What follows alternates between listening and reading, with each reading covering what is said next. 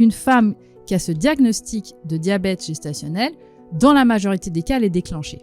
Et donc, qui dit déclenchement dit en général péridurale, parce que les contractions induites, c'est ingérable. Dans cette étude, la problématique, c'est que parmi les chercheurs qui ont contribué à faire ce rapport-là, on voit que certains ont reçu des bourses, donc massivement de l'argent, des fabricants d'insuline.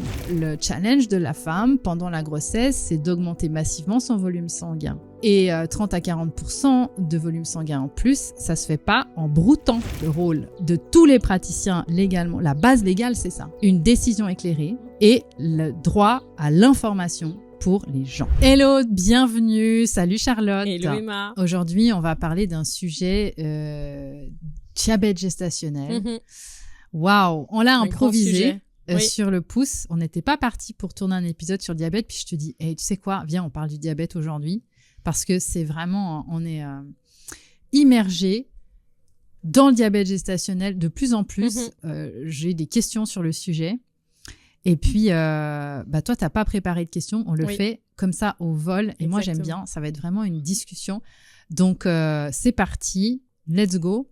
Quelles sont, toi, tes croyances par rapport à ça? Parce que tu m'as dit, ah ouais, c'est vrai qu'on en entend beaucoup parler. C'est quelque chose qui fait flipper beaucoup de monde. Ouais. Quelles étaient tes croyances, toi, peut-être avant d'arriver dans le mastermind? Alors déjà, mes croyances, c'était que c'était obligatoire, que c'était un test obligatoire. De ce que moi j'ai entendu dans mon entourage, que c'était pas forcément très agréable parce que tu dois prendre ce truc sur je sais pas combien d'heures, que c'est pas bon, c'est hyper sucré. Et au final, on se rend pas vraiment compte de l'impact du résultat. Parce que moi, en tout cas dans mon entourage, il y a personne qui a été testé positif au diabète gestationnel. Et en fait, je me suis jamais posé la question, ok, mais si t'es positif, du coup, ça impacte quoi sur ta grossesse et ton accouchement? Ouais. C'est vrai qu'on parle souvent de l'effet toboggan pendant la grossesse. Oui. Là, on est en plein dedans.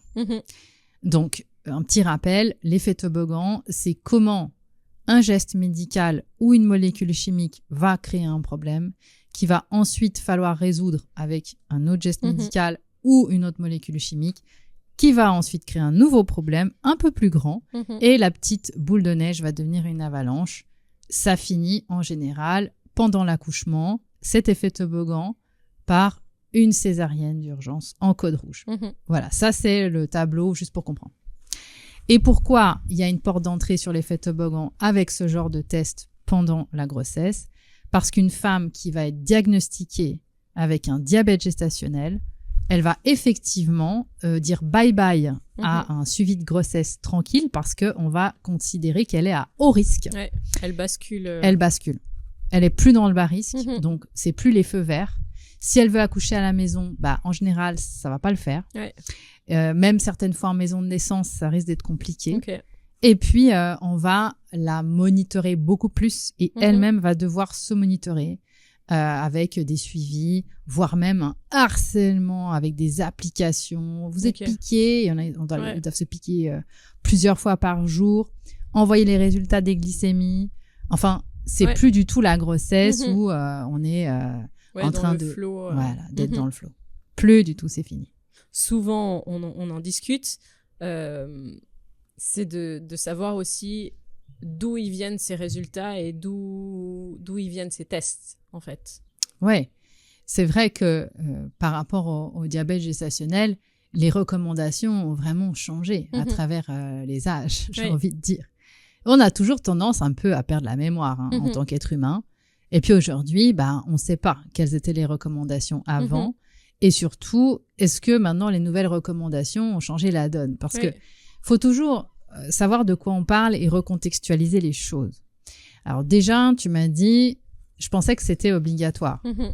Le test, aucun test de ce type-là est obligatoire pendant la grossesse. Les femmes font ce qu'elles veulent. Mais de nouveau, si tu penses que tu mets ton bébé en danger, si tu ne le fais pas, tu le feras. Avec la peur. Voilà. Donc, c'est pas obligatoire et c'est pas parce que le praticien va dire la prochaine fois, on se donne rendez-vous pour faire le test. Le fameux gros bolus de glucose. Alors là, aujourd'hui, dans la majorité du temps, on envoie 75 grammes de glucose aux femmes à jeun. On leur fait une prise de sang juste avant, à 1 heure et à 2 heures, et on regarde le niveau de la glycémie dans les prises de sang pour dire oui, vous avez... En fait, on regarde comment son corps réagit à une arrivée massive de sucre. Mais du coup, pour les femmes qui mangent pas forcément beaucoup de sucre, qui reçoivent un shot de glucose, en plus le glucose qui n'est pas un sucre naturel, donc déjà c'est un truc transformé, qui reçoivent ce shot de glucose comme ça, est-ce que les résultats de l'impact que ça a sur ton corps, ils sont vraiment significatifs? Voilà, significatifs. En fait, il y a une problématique, c'est que on demande pas aux femmes déjà quelle est leur façon de s'alimenter en général. Une femme qui a un régime cétogène, son pancréas fonctionne pas pareil qu'une femme qui va avoir un autre type de régime. Donc déjà, ça dépend comment tu t'alimentes. Donc, quand tu vas prendre massivement du sucre, à ce moment-là, quand tu fais ce genre d'examen, bon, évidemment, je rentre même pas dans la composition de ce qu'il y a dans ces choses-là, hein, plus industriel, tu peux pas. Normalement, ton pancréas est censé produire une certaine quantité d'insuline pour que le glucose rentre dans la cellule, etc. Si c'est pas le cas, le sucre reste dans le sang et c'est comme ça qu'on repère une glycémie. Donc, bien sûr que normalement, le corps est censé le gérer, mais le problème que moi j'identifie, c'est que c'est pas vraiment le problème, c'est pas vraiment le fait qu'une femme ait du sucre dans le sang.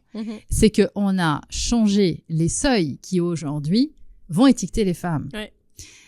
Un petit rappel tout simple, qu'il faut quand même savoir que le diabète, c'est pas juste un mot, il y a plusieurs types de diabète. Et il y a des femmes qui ont des diabètes de type 2 existants et qui le découvrent pendant leur grossesse.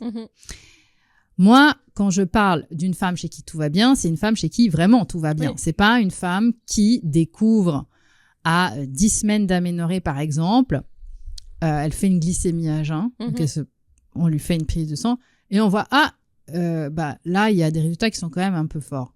Ça, c'est pas du diabète gestationnel. La femme n'a pas un changement métabolique à ce moment-là de sa grossesse, parce que ce que je vous explique dans le mastermind, c'est que une grossesse autour de 20 semaines va changer, c'est-à-dire que le métabolisme de la mère va s'adapter. La femme est enceinte, elle va créer une résistance à l'insuline de base. Si tu fais une prise de sang à 10 semaines d'aménorrhée, ton changement métabolique n'a pas opéré. Donc, si on considère que tu as une glycémie qui est plus haute, c'est qu'il y a un diabète sous-jacent. Bien. Donc là, on parle pas de la même chose. Maintenant, je vais pas parler dans cette vidéo des diabètes de type 1 parce que ça, c'est encore une autre problématique. Moi, je parle vraiment des femmes chez qui tout va bien, à qui on fait une prise de sang vers 24 semaines, par exemple, par là. Et puis, mais vous avez un diabète gestationnel. Juste parce qu'en fait, on se base aujourd'hui sur des seuils qui ne sont pas les seuils de l'OMS de l'époque, qui étaient basés sur les seuils actuels qui sont utilisés pour les femmes qui ne sont pas enceintes. Donc, je le redis pour que ce soit bien digeste. Aujourd'hui, on a les femmes qui ne sont pas enceintes, qui, par exemple, peuvent avoir jusqu'à 1,26 g de glucose dans le sang à jeun. On va dire tout va bien. Mais par contre, la même femme, elle est enceinte, on va baisser ce seuil à 0,92 g. Ça fait une sacrée différence. Énorme. Et on va dire, voilà. Alors que ça devrait être l'inverse. Le bon sens voudrait que ce soit l'inverse, puisqu'elle va elle-même, métaboliquement parlant, changer sa résistance à l'insuline parce qu'elle est enceinte. On devrait même, à l'inverse, tolérer un peu plus. Non. On va tolérer moins parce qu'on part du principe que sinon, son bébé va être plus gros et qu'il va être coincé à la sortie. Voilà. Il y a toujours le même délire autour du gros bébé. C'est-à-dire qu'on considère que si le bébé fait plus de 4 kilos, forcément, c'est un accouchement compliqué parce que on continue de mettre les femmes déjà sur le dos. Donc, on va dire, mais vous voyez, toutes les études aujourd'hui mettent de côté le fait que les femmes accouchent sur le dos, en général avec des péridurales. Et surtout, qu'est-ce que ça induit? C'est qu'une femme qui a ce diagnostic de diabète gestationnel, dans la majorité des cas, elle est déclenchée. Et donc, qui dit déclenchement dit en général péridurale, parce que des contractions induites, c'est ingérable. Tu vois le toboggan là? Je pense que là, maintenant, les gens qui écoutent, ils se disent, ok, je commence à comprendre la mécanique de ce problème. Parce qu'il faut comprendre, en fait, tous ces dominos, les uns après les autres. Il y a aujourd'hui des données, parce que moi, je me base sur les chiffres, on pourrait se dire, OK, imaginons que maintenant, ça ait vraiment réduit des problèmes. En fait, on se rend compte que quand tu étudies les chiffres, le fait d'avoir changé ces seuils, parce que avant, à l'époque, on avait les mêmes seuils, c'est-à-dire que tu sois enceinte ou pas enceinte, on gardait les mêmes seuils. Tu avais jusqu'à 1,26 g à jeun, on te fichait la paix. Et jusqu'à 2 grammes après 2 heures d'un bon repas. Alors que maintenant, on n'est pas à ces montants-là. De mémoire, on est à 1,53 après 2 heures. À vérifier ce deuxième chiffre, mais on a baissé aussi les chiffres par rapport à ça. Alors qu'à l'époque, enceinte, pas enceinte, c'était OK, les chiffres, c'est ça. Maintenant, il suffit que tu aies, par exemple, une glycémie à jeun à 1 gramme, et il y a tout le monde qui s'affole autour de toi. Et donc, je rappelle que si tu n'es pas enceinte, on te considère comme normal. Donc, tu vois, toutes ces choses-là, mis bout à bout, ça te crée la problématique. Et on va dire, ah non, bah alors, il faut vous piquer, on va vous installer tout le matos. Évidemment, insuline, dans certains cas, alors là, après, tu commences à te piquer à l'insuline. Et puis, on va dire, oui, mais ça va réduire les risques pour le bébé, qu'il y a des problèmes. Mais ça n'a jamais été observé. C'est-à-dire que si tu regardes les études, la seule chose qu'on voit, c'est que ça diminue le poids des bébés à l'arrivée, mais ça ne veut pas dire que les bébés iront mieux. Est-ce qu'on peut juste rappeler quels sont les risques qui sont censés être prévenus avec ces injections quand on te détecte C'est ça, en fait. Les risques qui sont censés... Le plus gros risque, c'est le gros bébé qui pourrait rester coincé à la sortie parce que massivement, un bébé qui a on va dire un problème d'une glycémie trop haute, avec lui aussi une fabrication d'insuline trop haute. Alors, je ne vais pas faire quelque chose de trop technique aujourd'hui, mais il va stocker ses graisses dans le haut du corps, et notamment les épaules. La peur des obstétriciens, c'est ce qu'on appelle la dystocie des épaules, c'est-à-dire que le bébé reste coincé. Je le redis, physiologiquement parlant, la dystocie est une aberration. Et d'ailleurs, j'avais interviewé Jacqueline Lavillonnière dans mon émission YouTube, grande sage-femme de tous les temps à qui je rends hommage une fois de plus, qui a des décennies de pratiques d'accouchement à domicile. Et j'invite les personnes à lire son livre, si ça les intéresse, de physiologie obstétrique. Moi, j'ai dévoré plusieurs fois ce livre. Pour moi, ça fait partie d'un des fondamentaux. Et ça a été, en tout cas, en littérature française, la seule qui explique l'aberration de cette histoire de dystocie des épaules. Alors, je ne vais pas rentrer là-dedans, mais en réalité, ça fait sens. C'est-à-dire que quand une femme est libre de ses mouvements, qu'elle soit à 4 pattes, etc., on voit que de base, une femme qui va avoir un bébé costaud, elle va prendre ce genre de position avec des positions qui vont bouger dans les hanches, le bassin. Elle va instinctivement le faire. Pour ça, il faut qu'elle sente ses sensations, sinon elle ne va pas le faire. Donc ça, c'est déjà la base. Mais un gros bébé ne veut pas dire qu'il va naître avec une répartition de ses graisses qui est dans ce sens-là. Moi, j'ai dans mon entourage plusieurs bébés qui ont fait plus de 4 kilos, 4 kilos et demi. C'était pas des bébés qui avaient de la graisse qui était mal répartie.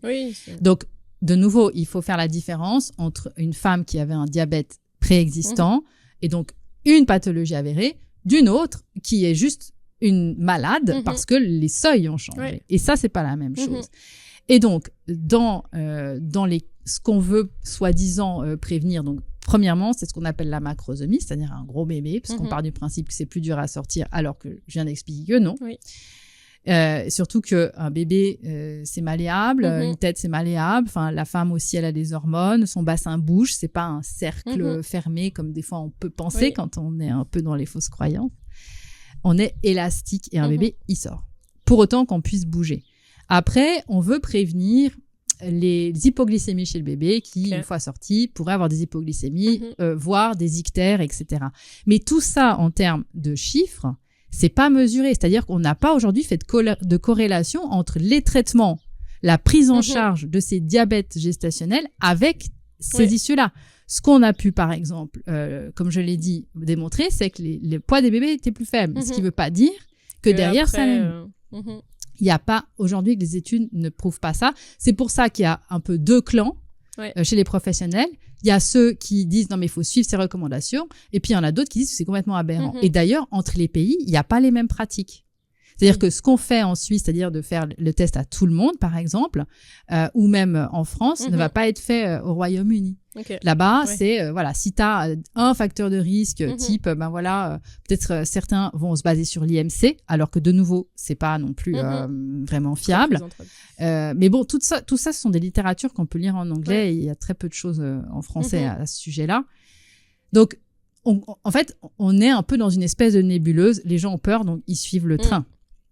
Et c'est ça qui est terrible. Parce qu'au final, on se retrouve aujourd'hui à peu près avec ces nouvelles normes à 16% des femmes enceintes qui sont diagnostiquées. Voilà. On arrive aux chiffres australiens qui, de base, l'Australie, c'est toujours un peu un des pires. Voilà, on arrive aux chiffres australiens. Et puis, tu vois, ça, c'est juteux. Parce que on pourrait se dire, bon, qu'est-ce qui fait qu'on a changé les normes? Je vais te le dire. De toute façon, tu le sais puisque tu connais mon cours. Oui.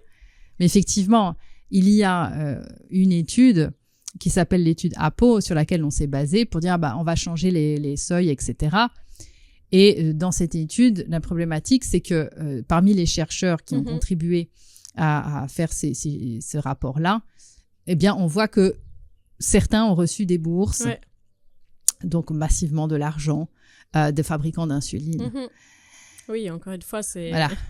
Et l'insuline, une fois qu'on le sait, comme par hasard, faut pas non plus voir le mal partout, Charlotte. Non, c'est une coïncidence.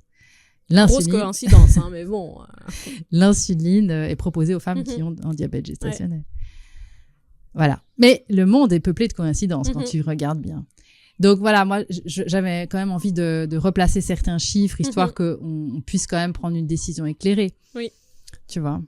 Mais ça, c'est pas expliqué. Je ne pense pas non plus que les professionnels qui sont dans cette dynamique-là ont pris le temps, parce qu'il faut voir aussi, ça prend du temps de faire toutes ces recherches, ou ont eu ces sources-là à disposition pour aussi savoir. Encore une fois, ils pensent très certainement faire bien, et parce qu'ils sont dans les quotas, et puis ils se disent qu'ils aident. C'est ça. Et surtout, ce qu'on oublie de dire aux femmes, c'est qu'une femme qui est fatiguée, qui dort mal, par exemple une femme qui a déjà un bébé à s'occuper, puis qui est de nouveau enceinte, je sais parce que c'est le cas justement d'une maman là que j'accompagne, et puis elle est fatiguée, elle en peut plus. Et bien sûr que le cortisol qu'on va produire, les hormones du stress, etc., on le sait, ça c'est pas nouveau, vont avoir une action sur le foie, qui lui aussi va avoir une action sur le pancréas, et en fait notre mécanique est perturbée. Donc certaines femmes peuvent avoir des glycémies à jeun qui sont par exemple autour des 1 gramme, 1 gramme 0,4, etc., alors que toutes les autres valeurs sont bonnes, et on leur fait une tête au carré aujourd'hui parce que mais vous êtes au-dessus de 0,92, alors que donc vous avez forcément un diabète. C'est ça. Je le redis, si tu n'es pas enceinte jusqu'à 1,26, on te laisse tranquille. Et ça, c'est triste parce qu'en fait, on rentre dans une grossesse où il y a beaucoup de stress. 6 fois par jour, tu dois te piquer, tu dois tout vérifier. En fait, tu es monitoré comme un cheval de course. On te stresse de monter sur la balance, on en a parlé de ça aussi. Et en fait, tu peux pas vivre ta grossesse sereinement. Et qu'est-ce que ça implique aussi? Parce que j'aimerais quand même qu'on mette une note sur le bébé par rapport au fait que après il y a des femmes qui s'affament, qui mangent plus rien, qui deviennent complètement flippées, et ça c'est aussi un problème parce que le challenge de la femme pendant la grossesse, c'est d'augmenter massivement son volume sanguin, et 30 à 40% de volume sanguin en plus, ça se fait pas en broutant. On n'est pas des herbivores. Il faut avoir aussi de la de l'énergie pour donc je dis en broutant parce que des fois on voit des femmes qui mangent que de la salade pendant leur grossesse pour pas prendre 1 gramme au cas où, mais attention, parce que là aussi il y a des risques. Il faut quand même que les échanges placentaires soient bons, et donc pour moi c'est toujours le bon sens. Il faut que les femmes aussi connaissent ces chiffres, s'écoutent, et puis l'avantage aussi d'être connectée à son ressenti. Ça, c'est hyper important. L'instinct aussi à ce moment-là. Parce que si tu passes toute ta grossesse à flipper parce que tu es justement dans ces valeurs-là, qui, encore une fois, si tu étais enceinte il y a 20 ans, t'étais bon. Mais aujourd'hui, tu es malade, sans qu'on ait prouvé qu'effectivement, je le redis, il y a un bénéfice avéré pour la suite. Eh bien, ton bébé, il va grandir dans des hormones du stress. Il va grandir dans un bain de cortisol. Et on le sait, la façon dont le bébé va être baigné dans des hormones, parce que le liquide amniotique, c'est un superconducteur, plein d'hormones. Et si la mère est en joie pendant la grossesse, le bébé va être rempli de joie. Donc, toutes les hormones, dopamine, ocytocine, bien évidemment, sérotonine. À l'inverse, si maman est stressée, voilà, cortisol, adrénaline. Et donc, le bébé, lui, il va être, tu sais, j'en parle dans les cours, la dépendance au malheur. Ok. Et aujourd'hui, on parle très peu de ce phénomène-là. C'est cette addiction aux hormones du stress. Parce qu'on est imbibé de ça. Oui. Et après, on a des bébés stressés et on se dit, mais tiens, c'est bizarre. Pourtant, bah ouais, mais t'as oublié que t'étais stressée pendant toute ta grossesse. Ouais, ça a aussi un point avant, en fait. Ça vient de avant l'accouchement aussi. Donc, plutôt que de mettre un pansement sur une jambe de bois en essayant de faire de la méditation et se piquer 6 fois par jour, peut-être se demander, OK, quelles sont mes valeurs? Qu'est-ce que j'ai envie de faire? Comment j'ai envie d'adapter mon suivi à quelque chose qui ressemble à mon style de vie et puis surtout à ce que je veux pour moi et ce qui résonne, tu vois, en étant une adulte. Parce qu'encore une fois, moi, ce qui me pose un problème, c'est quand on traite les gens comme des gamins. Je pense que les gens sont des adultes. En tout cas, moi, ceux que j'accompagne sont des adultes, c'est pas des gamins. Voilà les chiffres, voilà les données, voilà l'histoire, voilà d'où on vient et voilà les résultats aujourd'hui des études. Maintenant, faites ce que vous voulez. Et c'est ça, en fait, le rôle de tous les praticiens légalement. La base légale, c'est ça. Une décision éclairée et le droit à l'information pour les gens. Et donc, ça prend du temps. Tu le vois. Oui, c'est pas en 10 minutes. Voilà. Bonjour madame, hop sur la balance. Allez, bois-moi ce truc. On se revoit pour la prise de sang et puis pose pas de questions. Il faudrait déjà aussi pouvoir y répondre. Mais la base légale, elle est en faveur des familles et des bébés. Mais en pratique, juste qu'on le sait pas. Voilà. En pratique, il faut prendre le temps parce que tout ça, il faut le comprendre. Voilà. Bah, du coup, j'espère que waouh, c'est quand même assez technique. J'espère que ça a été utile, cet épisode sur le diabète gestationnel, en tout cas de comprendre ce phénomène de nouveau seuil. Si tu veux créer plus de malades, bah, il suffit juste de changer les tableaux. Et puis voilà, mais c'est valable pour tout, tu le sais. Oui. On l'a déjà vu dans d'autres épisodes. Mais... Alors, bon, je sais pas si un jour tu boiras ce sirop, mais en tout cas... Je crois qu'on connaît la réponse. Je vous invite à laisser vos commentaires comme d'habitude. J'ai hâte de vous lire. Et surtout, partagez cette vidéo à une amie si vous pensez que ça peut être utile et à votre entourage. La connaissance libère. On se retrouve dans le prochain épisode. Merci Charlotte. À bientôt.